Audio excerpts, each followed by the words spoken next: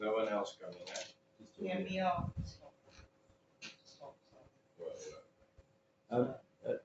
Amelie, tu peux sit hier? Madame sit hier. Tu peux sit hier. Thanks. Right, let's pray. Okay, so guys. Here, baie dankie vir nog 'n oggend wat U ons gegee het. Thank you for your protection, your grace and your mercy that we are brought together today. Thank you, God, it's not because of us, because of your goodness, because of your love. Here, seën hierdie diens, hierdie woord wat uitgaan, Vader, let it be heard and done, Father, that we don't hear the word and not do it.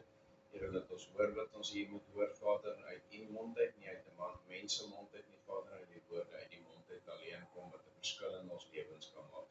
Seën elkeen wat vanoggend by mekaar gekom het, Vader, en seën hierdie dag verder. Bless us during this day and protect us as I pray in Jesus' name. Amen. Amen.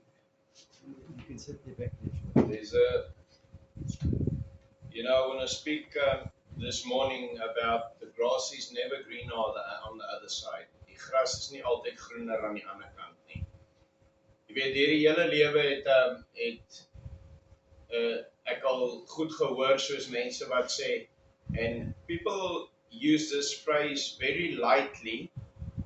Hulle gebruik hierdie frase baie ligtelik en gooi dit rond asof dit aan hulle behoort.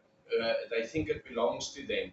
Ek het al mense gehoor stupid goed sê. I heard people say dumb things like die Here het vir my gesê ek moet die kerk verlaat.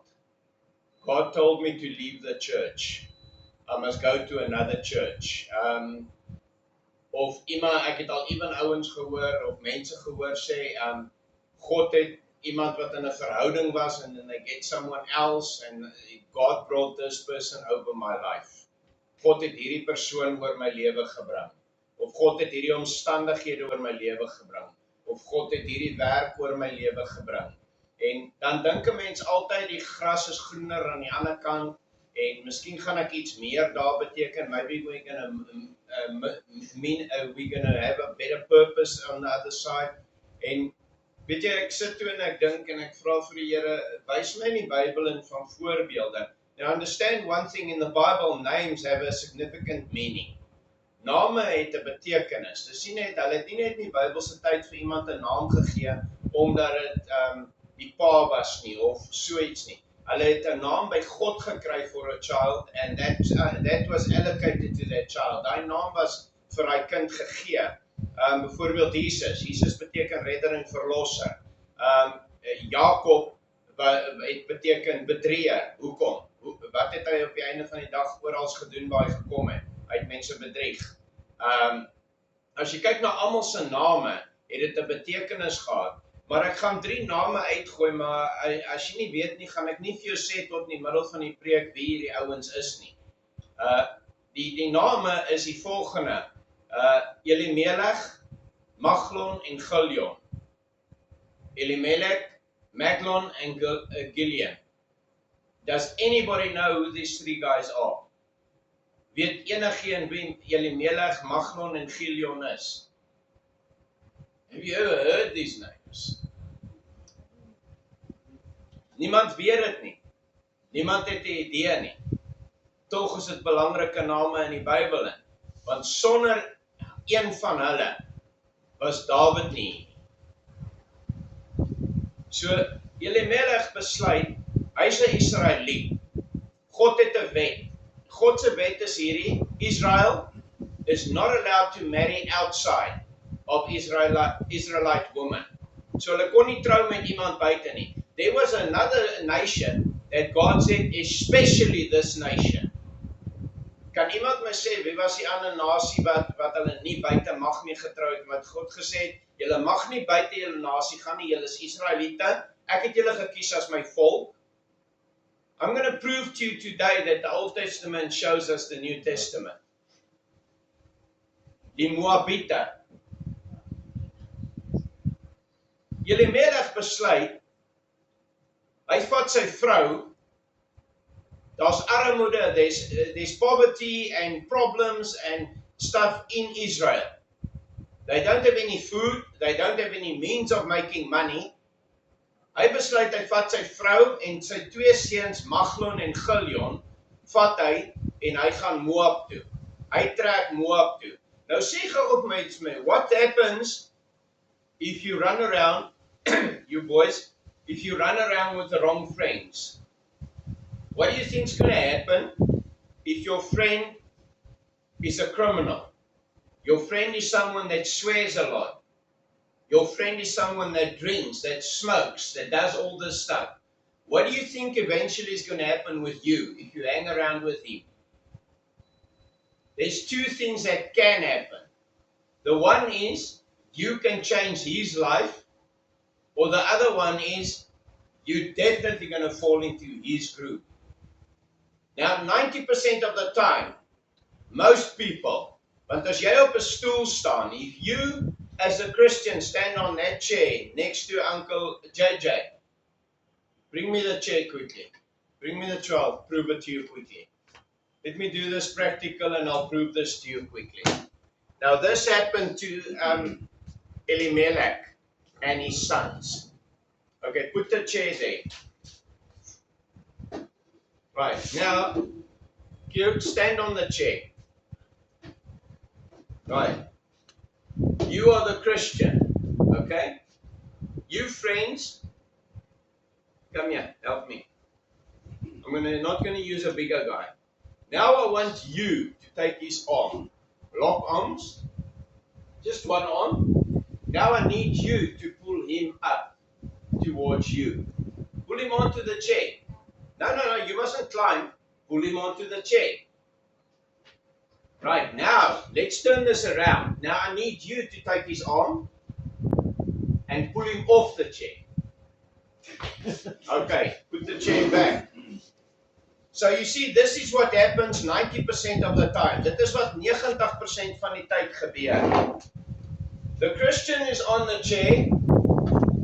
Now the Christian gets a buddy that's running around in the world and doing all the wrong stuff. Did you see how easy it is for you to pull him off? And how difficult it is for him to pull you up? That's exactly how it is with people. Now this is what happened to Elimelech and his son Maglon and Gilead. What they decided is, poverty is in this land. God said, do not mix with the other nations because you're going to be pulled down. You're going to start doing what they're doing. This guy takes his wife. Now, one guy that made the right decision was Abraham. When God said to him, move to where I tell you to move. And what did God do with Abraham? Wat het God met Abraham gedoen? He became the father of all nations and he was blessed. And everybody, all his descendants were blessed. All his children, all his grandchildren were blessed. Because he moved to where God told him to move, and it was amongst his own people. Elimelech decides he's not going to wait upon God. He's not going to suffer. You see, sometimes bad things do happen with good people. Baie keer gebeur slegte goed met goeie mense. En dan begin ons eie planne maak. Then we're starting to become like Elimelech. We're starting to run to where it's easier.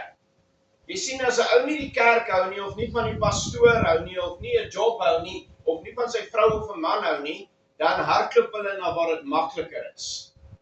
Gee kans, dit kom, hoor. Die gras is net vir 'n rukkie groener aan daai kant. Hy's net 'n rukkie groen. Daar het iemand eendag gesê, die gras is net groener aan daai kant nie, want die beeste het nog net nie daar mis op gesport nie. Daar is meer beeste. Ja, gee kans, as daar genoeg beeste daar kom, word hy gras ook maar dor en bitter. So that's exactly how life works. So Elimelech takes his wife, not like Abraham, he makes his own plan, he runs to Moab. And he goes and stays among the Moabites. Nou wat gebeur het, God het gesê, veral met die Moabiete, julle mag nie met hulle meng nie. Die twee seuns, Maglon en Gileon, nou wil ek jou gou vertel, wat is die name se betekenis? Maglon se naam beteken letterlik swakke, swakheid, siekte of sieke. Okay, dis 'n great naam om te hê. Jy's swak en siek. Gileon beteken hierdie, geen doel nie, nêrens heen op pad nie, sal niks bereik nie. Has no purpose, on his way nowhere, and will reach nowhere. It's two great sons, eh? Lovely. Absolutely no future in their names. So the dad decides he takes these two, Swakker and the other one, and they go to Moab. So these two boys decide, listen here, dad eventually dies, mom is alone with the two boys. The boys decide they're going to take wives out of Moab. What did God say? Don't. Here comes the shocking truth. Have you ever heard of the prostitute in the Bible that helped the people that God sent into Canaan? And she had to put a red lint outside a window so that when the war comes, they don't destroy her, and she's blessed. Rahab. Now, she's Jesus' grandmother. Nou, 'n prostituut is Jesus' ouma, hoor.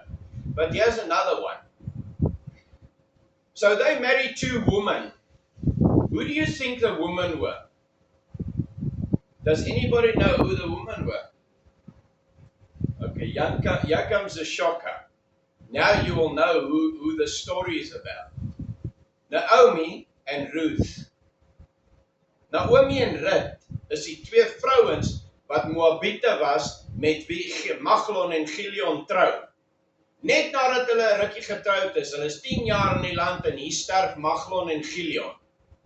Nou weet julle waartoe is die storie op pad? Die storie is op pad na Jesus toe. Because out of that descendancy, Jesus was born. But listen to this. Naomi, in the Bible, she eventually takes these two girls and she wants to move back to Israel. And they say they're going back with her. Eventually, one of the daughters decide, I don't want to be with you anymore. Orpah decide, I want to go my own way. Ruth says the next thing, where you go, I will go. Waar ek gaan ek. Isn't that the statement that we should actually have with God that we spoke about last week? U wil nie my eie wil nie. Jesus said it. Here, u wil nie my eie wil nie. Lord, your will, not my will. You see, we should start more trusting in God and stop being like Elimelech and run after our own pleasures and our own direction and where we want to go. So Ruth eventually goes with her. Ruth and Naomi lands up in a place where a guy is running the whole area. His name is Boaz. Boaz sien hierdie girl besig in die lande om te werk en hy vra, wie's daai girl? En jou sê vir hom, nee, dis Ruth. He falls in love with this girl to such an extent that he tells his head of his workers, every day, at the end of the day, you put some extra food out where she's collecting food. And he starts blessing her. Slowly he starts blessing her. Stadig begin hy al seën. Eventueel raak hy so verlief op die girl dat hy met haar trou. Hierdie is 'n Moabitiese girl wat getroud is in 'n Christelike huis, nou 'n Christelike ma is, nou gered is. Ruth is symbolic of me and you. Coming out of the heathen background and married into a relationship with God. Naomi portrays the effect of God. And Boaz portrays the effect of Jesus Christ. Coming to fix everything, coming to bless us, coming to take us out of the problem and rectify our life. You weet, Elimelech did something wrong. He took his family from where God wanted him. Baie keer is ons op 'n plek wat baie moeilik is. Sometimes we're in a relationship or we're in a place or at a job or in a situation that's very difficult, like Elimelech was with his family. Jy weet, is nie lekker nie. Is it anytime nice to be in that situation where you feel things are not going well, You're suffocating in this problem, in this situation, in this relationship. And then you want to run after the greener grass. Dan wil jy na die groener gras toe hardloop. But one thing I've noticed, if you are the problem, you're taking the problem to the greener grass. You see, Elimelech didn't face the fact that he could have the problem of not having faith in God, not trusting in God, and running after the easy solution. And then he found out eventually what followed him. He died, his sons died. His wife, Naomi, was left behind with the two daughters-in-law, which were now her daughters, and eventually they were blessed. And out of Ruth, who do you think came out of Ruth? Who was her descendant? Who was her grandchild? Jesus Christ, our Lord and Savior. David was born out of her. And out of David's descendancy came Jesus Christ, our Savior. What is God teaching us? First of all, die Here leer vir ons. As dinge moeilik gaan, moenie altyd weghardloop nie. Don't always run away unless God has told you.